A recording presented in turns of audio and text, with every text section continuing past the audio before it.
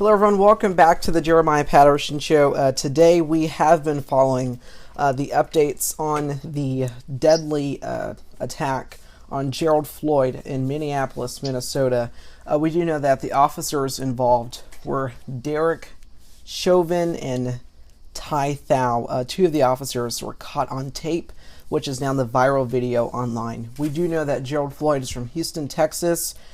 He was detained in police custody, and that officer that had his knee on his neck, that was for 5 minutes. The mayor of Minneapolis, Minnesota, has now called for the arrest of these officers as this devastating event has unfolded.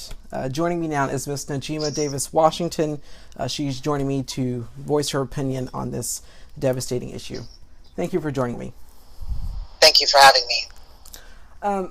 What do you make of this devastating event as we have just watched Ahmaud Arbery and Breonna Taylor go as well? I am aghast. I, like so many people, while I know that these atrocities are happening regularly across our country and in our cities, small towns, rural areas, there's something about seeing it, or the mere fact that it is recorded, is beyond troubling. I literally had to take a mental health day today. I literally did. I'm sure by now you have seen, and it has been repeated over and over and over again, the James Baldwin quote, which says that to be black in America and to be conscious is to be in a state of rage. It just about encapsulates how I feel, how I know so many people feel. I think about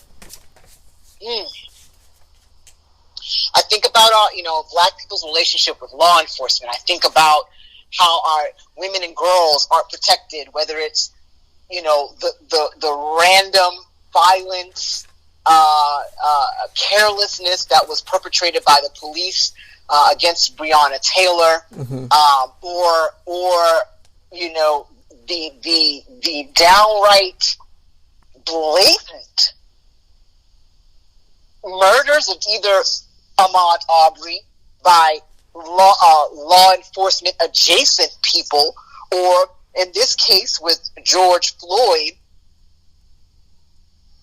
the actual law enforcement agent exercising himself to the point where this man could not breathe and lost his life. I was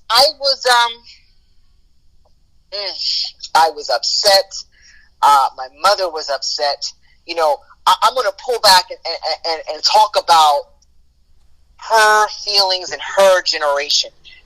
She lived the civil rights.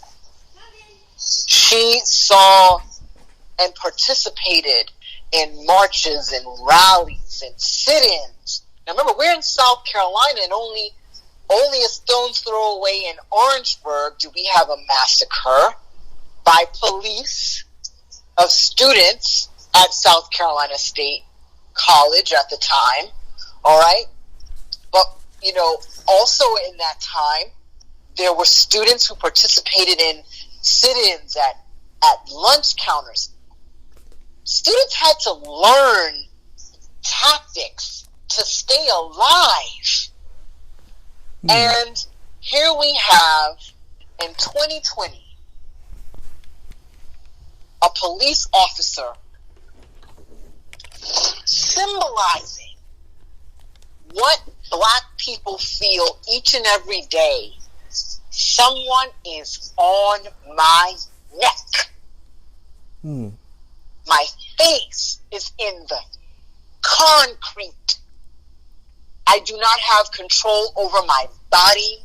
I have surrendered it to you, and yet you will take my last breath.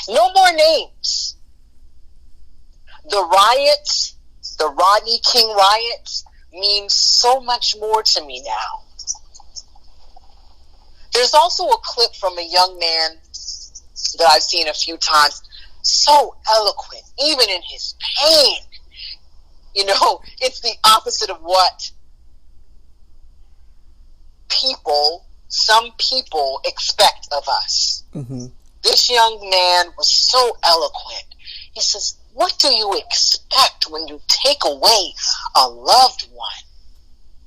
What do you expect from people when they feel nothing but extreme violence? People are hungry. They're hungry for opportunity. They're hungry for justice. They're hungry for change. And they are literally hungry. What else does America expect? So, I mean, for the most part, those are my feelings. I think we are so very close to a powder keg. Mm-hmm. So very close. And I pray that people stay safe during this time, because we also have, obviously, this global pandemic. Mm-hmm. And I know that people are just frustrated, and they have every right to be very, very frustrated. And I pray for America. I pray that, there has to come a time when the powers that be and the people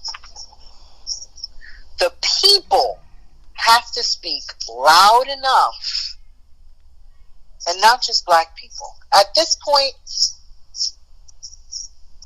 the people who are victimized cannot continue to talk about their victimhood. The people who are adjacent, who are not themselves victims, but see the atrocities, that's the only way that change is going to be made here. America doesn't want to hear me screaming, get your foot off my neck, I can't breathe.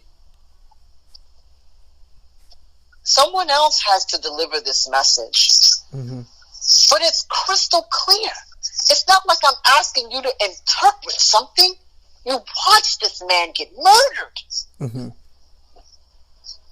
And we're still fresh off of police action being taken against those police adjacent that murdered Ahmaud Arbery. Something has got to change, and it is crystal clear that there is something wrong with law enforcement. There's something wrong with America's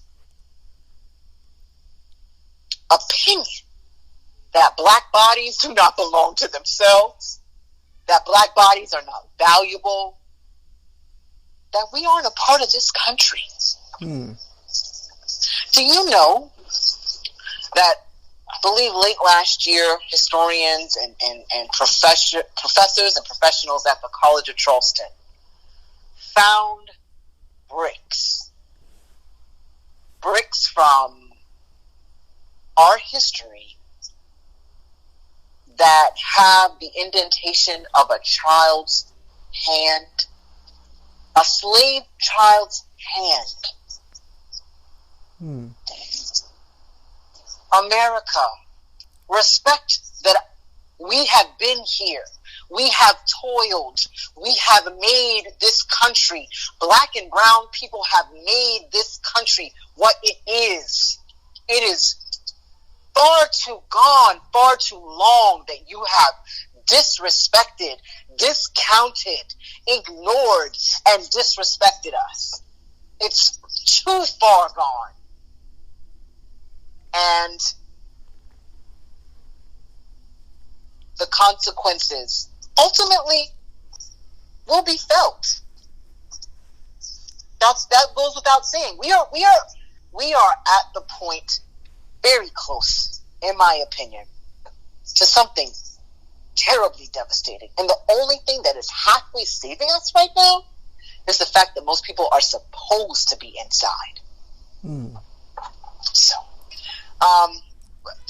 it's such a precarious and curious situation.